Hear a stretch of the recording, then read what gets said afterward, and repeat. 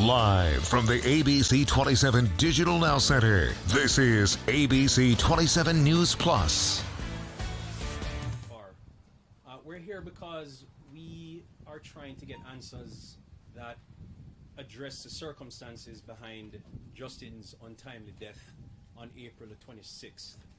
Before I go to that date, I want to talk a little bit about Justin before I turn it over to his dad at the very end. Justin, as you know, he was 16 when he passed away. He would have been 17 yesterday. Justin moved here from Jamaica in January of 2023, and he became a U.S. citizen, and he was excited about getting acclimated with the community. As some of you may know, the national sport in Jamaica is soccer, all right? Justin didn't want to play on a soccer team. He wanted to acclimate and play on probably the most American sport there is, football. That's indigenous to this country. And Justin was going to be trying out for the football team. He went to the gym almost daily. And that's what Justin was trying to do. He wanted to be accepted. He wanted to be part of a community here in Harrisburg. So let me take you, before I talk about Friday, let me take you to what happened on Monday, okay, last week Monday. In the evening, Justin and his father are downstairs in the basement, and the doorbell rings. Justin's dad comes upstairs, opens the door, and there is a teenager outside who is looking for Justin. Justin comes upstairs. He has a very, very brief conversation with this person, and he ends up following his dad downstairs. His dad was asking, what was that about? And Justin said, I don't really want to hang out with him, and he declined and ended up spending the evening with his dad. On Friday, the night of the subject incident, there were repeated times when individuals came to the front door, and they parked their vehicles right in front of where we are now, behind you on the opposite side of the road. There are about 3 vehicles there. And you could see on one of these videos that one of these individuals had, we're not sure what it is, but it's a white, looks like a gun, could be a pellet gun, could be a taser, could be something more innocent like a water gun. We're really not sure what that is. But you see them coming here multiple times. And through the app that Justin's dad had installed here, the security footage, Justin could communicate with them from anywhere. And he happened to be home, but he told them, I'm not home. And you can hear them say on the video, we can see you through the window, come outside, come outside. And they're trying to get Justin to come outside for whatever reason. Justin doesn't go. Finally, after multiple attempts to get Justin to come outside, Justin gives in, and he comes outside. As he is walking towards the 3 cars behind you with another individual in front of him, someone jumps from behind one of the vehicles. You can't see him as they're walking. He jumps out and he starts chasing Justin down this area right here. You can see where that area is kind of steep. 2 of them are chasing Justin down this area. And you hear one person say something to the effect of, get him, get this on video. And then Justin finally makes it down to an area where they stopped going. And one of them says, well, where the F did he run to? And one person says, he ran to effing Africa. Justin remains down here until, we believe, when he thought the coast was clear. He walks all the way down to that first home on the right, comes all the way up the road and back down again before he comes back inside. He doesn't want to engage with these individuals anymore.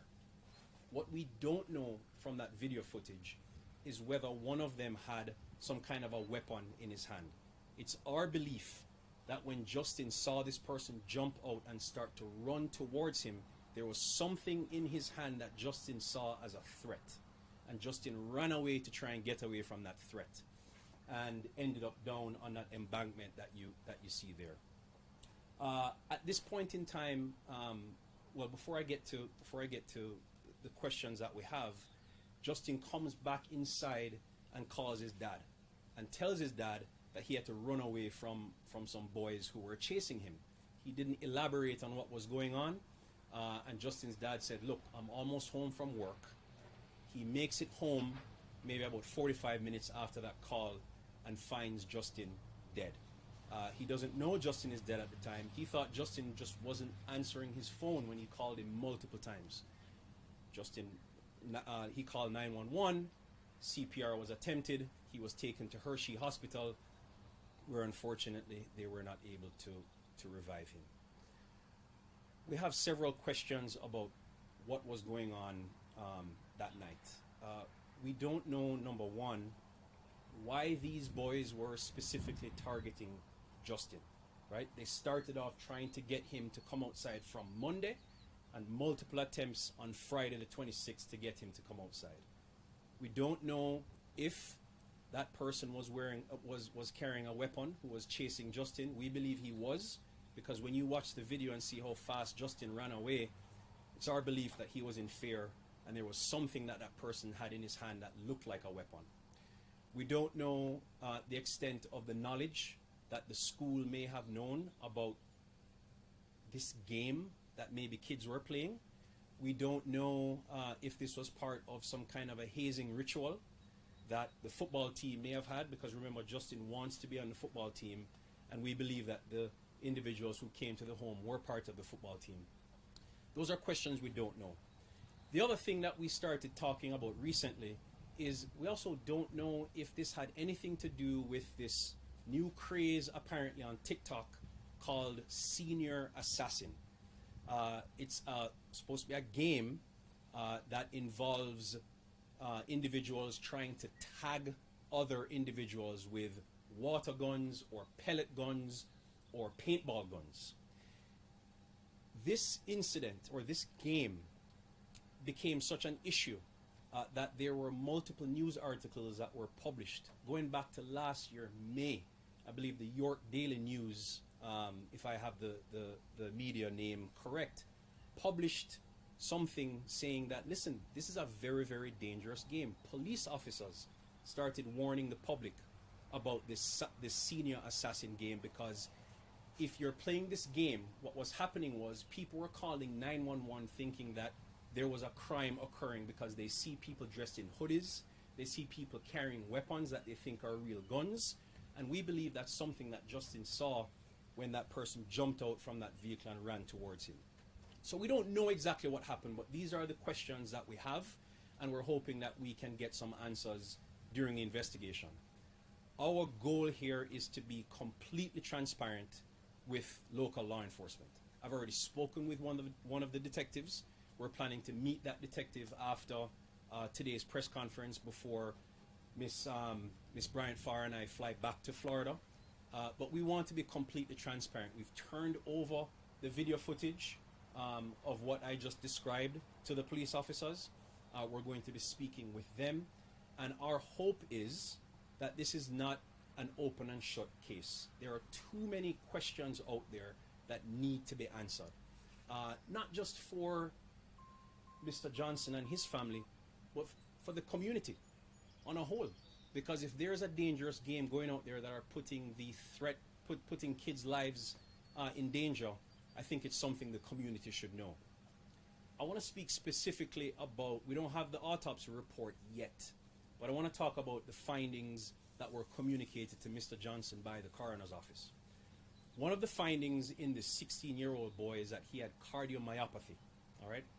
And we've been doing some research. Credit to Miss Bryant Farr. She is not only an attorney, but she's also a trained ICU nurse. And we've been looking into this condition. It's called broken heart syndrome.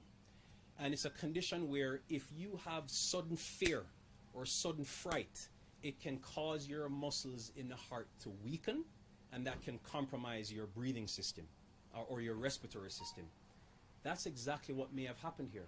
Justin was so frightened when that person jumped out of the vehicle and may have perceived what he thought to be a weapon, that in no time when he gets back home and he finishes speaking with his father, he's probably dead, because he's not getting enough oxygen to perfuse his blood, and he ends up passing away. That's one of the theories that we have. We're going to look into it.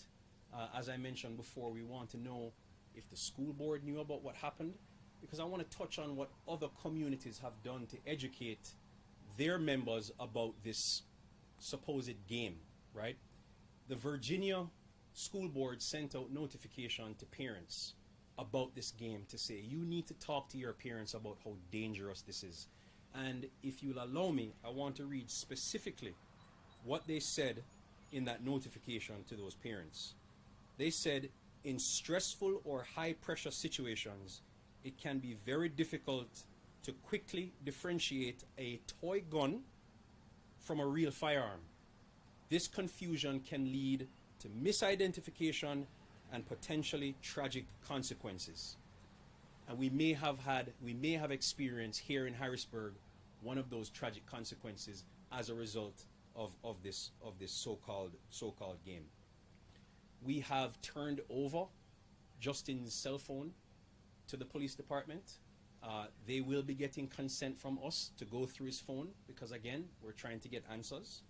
And we believe that his death warrants a full investigation, again, not just to provide answers to the Johnson family, but to educate the Harrisburg community and the communities beyond so we can keep our children safe.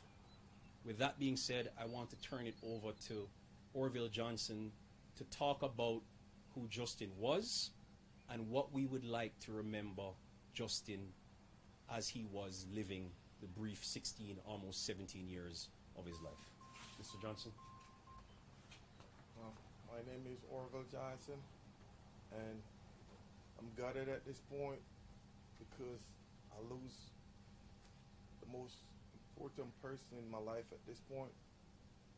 And I would really like for the community in surrounding to know that it's not all the kids they see walking around looking normal is normal.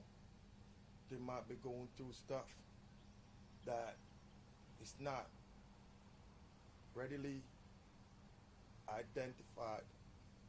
So just asking please to protect our kids. And I know what I'm saying won't bring Justin back, but all I can imagine is Justin. That's all I have to say. Thank you. Any questions? How do you end up holding people accountable? Do you think this needs to be a criminally prosecuted case, and if that doesn't end up going that way, do you intend to hold people accountable through the civil way? So, as I explained to, or as we explained to Mr. Johnson earlier on today, we're differentiating for him the criminal context and the civil context. As far as the criminal context is concerned, that's between law enforcement and the district attorney's office here.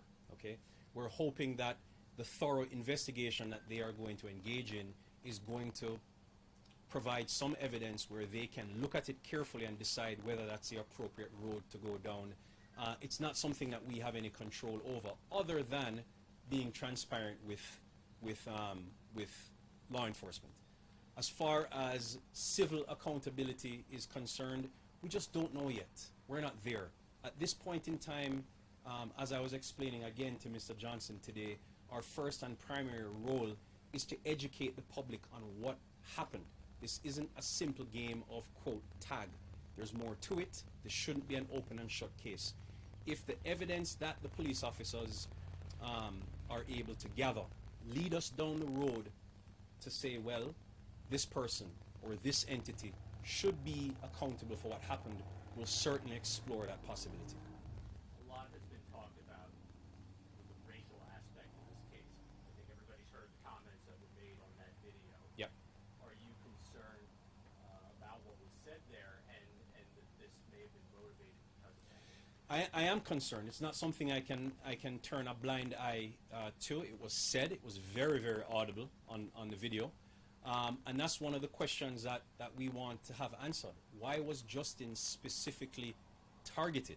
Does it have something to do with his race? Again, is this a hazing ritual? We don't know. But again, we're advocating for a full and complete and thorough investigation to reveal whether that may have played a role. If it did, we'll certainly look into it and see what needs to be done. But yes, I am certainly upset about what we heard on that video footage. Had Justin been bullied because of his race? I don't think that's something that Mr. Johnson was aware of. You can speak more to it, but that's something you and I talked about, and I don't think you had any indication he was. I'm not 100% sure. He never complained about bullying except for one time in his PE class, and the teacher that just did it. But my complaint is, I think they target Justin because where he lived at. Because if you notice, I have much neighbor around, and nobody would actually see what happening. So I don't know if that would be from a racial standpoint or it's just a situation. It's just a football situation. You spoke earlier about transparency, and that's really important from all angles of this. How transparent are police being with you guys about what they've dug up yet, or are they keeping you every step of the way? Are they kind of holding back for a moment, or tell us a little bit about interaction with? So I spoke for the first time with one of the detectives yesterday. We had a very good conversation. I told him I was coming here today, and we're trying to make arrangements to meet before we leave. But, you know, we have to look at this in context, right? Today is day five of Justin's passing. We're certainly not expecting a high-speed train type of an investigation. We know these things take time. We're going to be patient and allow law enforcement to do what they do. But so far, I don't have any issues with any transparency or lack of transparency at all from local law enforcement. Again, we hope we can meet with them today before we leave, but we have an open line of communication. Just some clarification. The updated police report says that Justin was not, or at least the surveillance video showed Justin was not being chased. He wasn't harmed, or any distress was presented for Justin. And they did call it a game of tag. Clarification: you don't believe that this was a game of tag? So let me speak to that for a couple minutes. These are teenagers in high school, right? Let's put our common sense hats on for a few minutes. I don't know of any 16, 15, 17-year-old who is playing what we know as an innocent game of tag, which maybe I played the last time when I was 5 or 6 years old, where you're literally running and you're just touching someone. It couldn't be, because you can hear one of them saying, "Get it on video," right? Are you going to come to someone's home 3-4 days prior, right? And there's one thing I left out, right?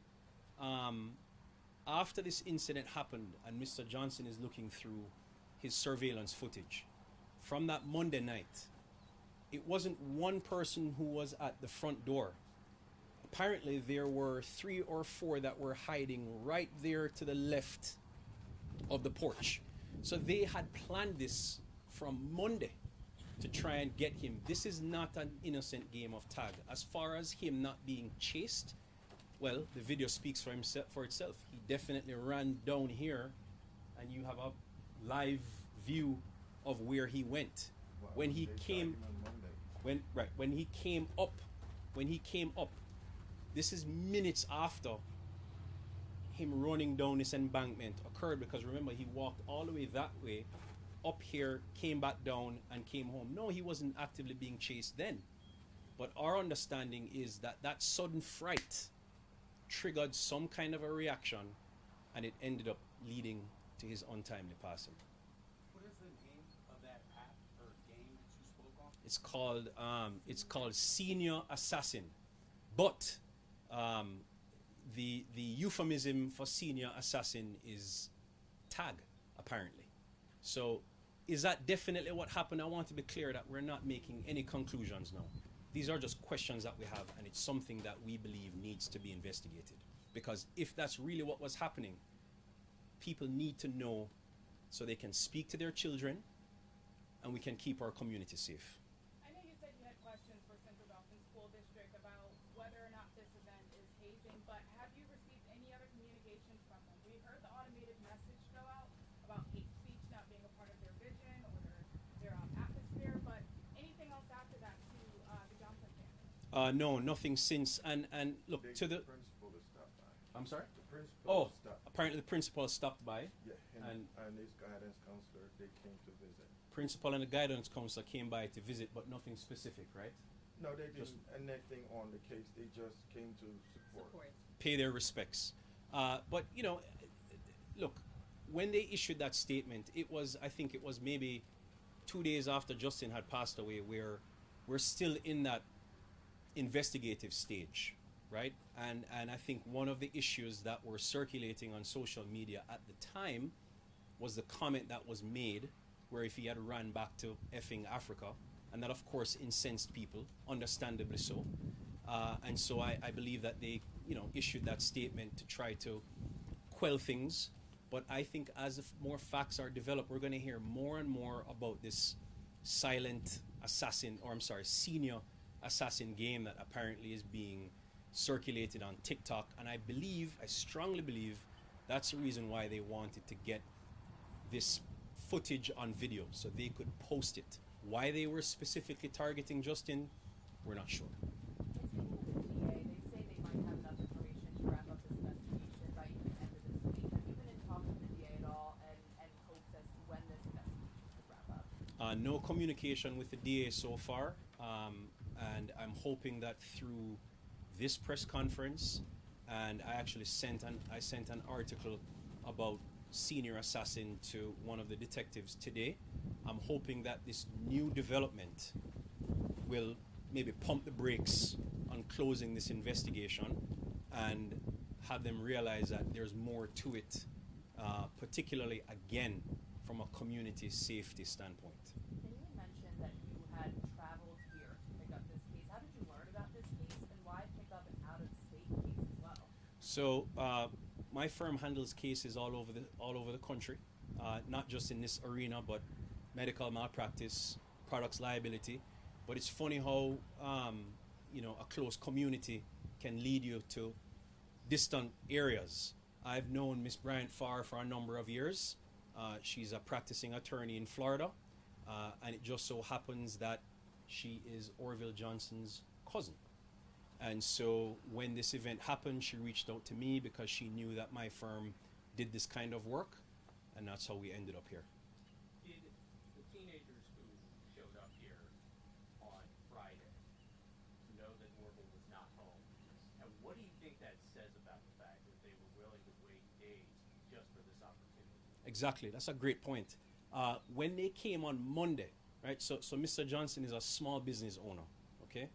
And he had his work truck here on Monday when they came the first time. And he answered the door on Monday. When they came back on Friday, his work truck was not parked outside. And so that's why I believe they kept coming back to the door, ringing the doorbell and saying, "Justin, we see you, come outside," continuously trying to lure him outside. So I think, that goes to their mentality that they wanted to accomplish whatever it is that they set out to do Friday night, and they had the perfect opportunity to do so, thinking that Justin's dad wasn't home. Mr. Orville, the police say that Justin called you to let you know that these kids were chasing after him. Can you describe what his demeanor was? Was he panicked? Was he scared? What did he sound like when he was talking to you? It didn't sound abnormal at the time. That's why I didn't think anything of it. And I just he told me he ran very fast. That's for sure.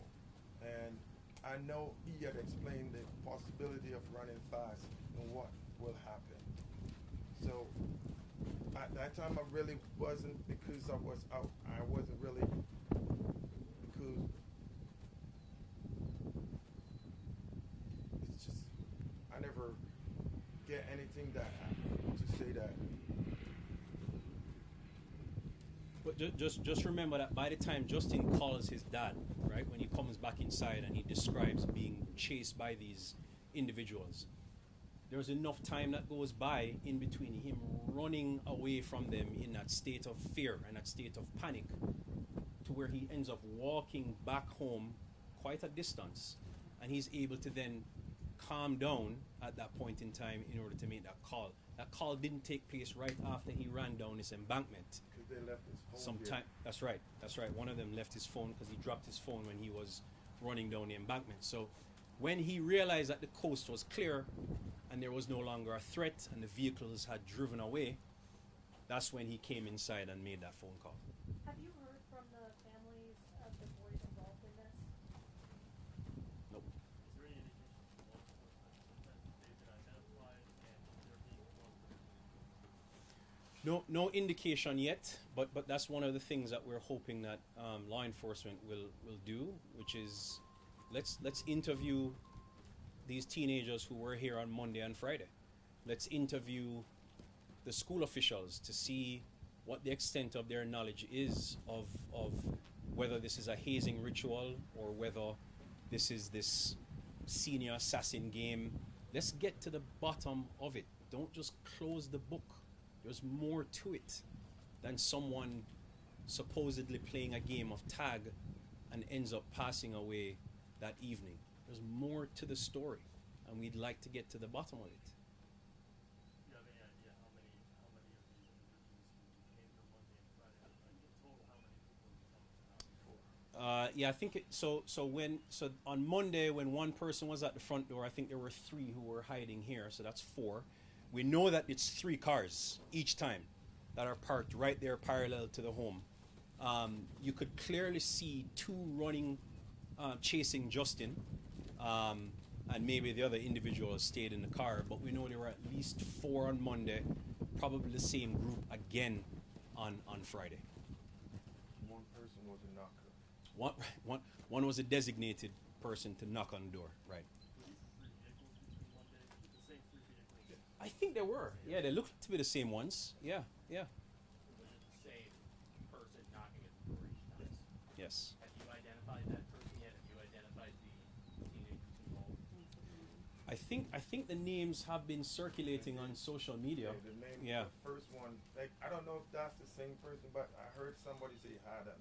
I don't know. That's one of the on the video say had him, get him, had him. Yeah. What is your hope is going to come from this investigation? Criminal prosecution, I mean, what's the end result here after all everything's said and done? Well, I think the number one goal is full and complete investigation, right? Let's get to the bottom of what happened. Let's not leave any stones unturned. And then depending on the information that is gathered, then we can reevaluate and say whether we believe this or that should happen. But I don't want to put the cart before the horse. At this point in time, what we are calling for, again, is a full and complete and transparent investigation. Don't close the book too soon. There's more to the story. Schools have ways of, cracking down on student behavior outside of the classroom. Do you think that the school district needs to do more here when it comes to whether people are playing games or hazing that isn't already being done? So I haven't quite familiarized myself with what has been happening in this area as far as what has been put out there to educate parents. I don't think that this game has been talked about. I don't think it has been publicized.